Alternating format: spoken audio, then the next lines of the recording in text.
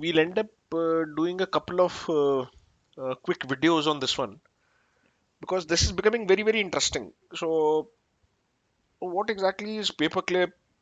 Why would you need multiple agents?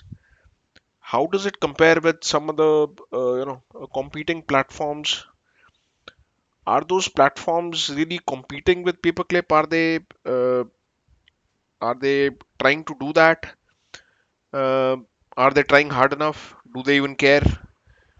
What are the other integrations which are available? So when I say integrations, I am obviously looking at enterprise, and that's why we need to compare. Otherwise, as a individual trying to use maybe something for your uh, small mom and pop business, you'd probably end up using something like OpenClaw, which will work for you. But enterprise using OpenClaw or NemoClaw or any of these standalone will not work out. So there'll be a lot of questions which will come up, and the most exciting question I've left for the end to be answered as to why would you not just go with some established platform like maybe LangChain or Llama Index. So what exactly are your use cases? We like to call them use cases, very stale word, but that's how the enterprise likes to call them. So what might be some enterprise use cases for say Paperclip or say the Claw?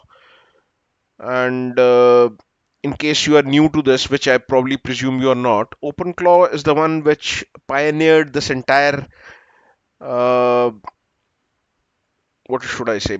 This entire structure of multi-agent orchestration after LangChain and others had already kind of, and it did not do it intentionally. So OpenClaw is not something which is intentionally created for a multi-agent orchestrator. So that's what I've highlighted in the end of the slide.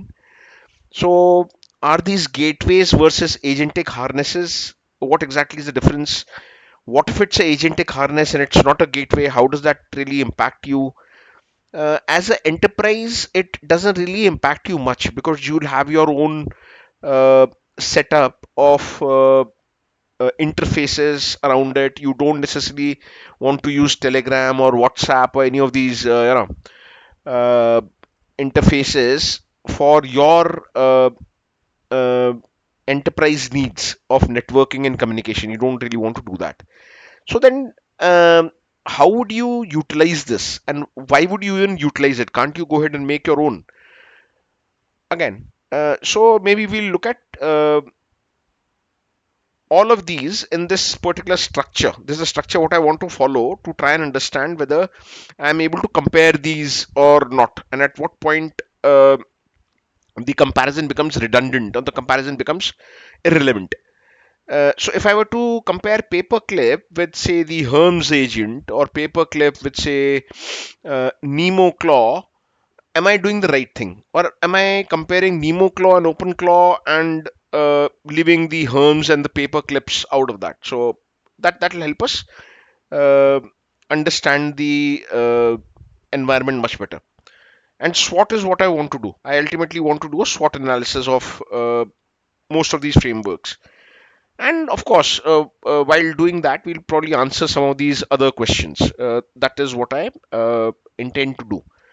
And again, how many harnesses are actually required? Why do we need all of this? Why not just LangChain? That's the bigger question that enterprise would ask. Why should I even bother when I have something like LangChain, LangGraph, Langsmith, when I have those certain established frameworks which people have been working for almost like a year, 2 years now. Most enterprise are already working with them quite confidently. So why would I want to get into all of this? And how attractive is this for enterprise as of now?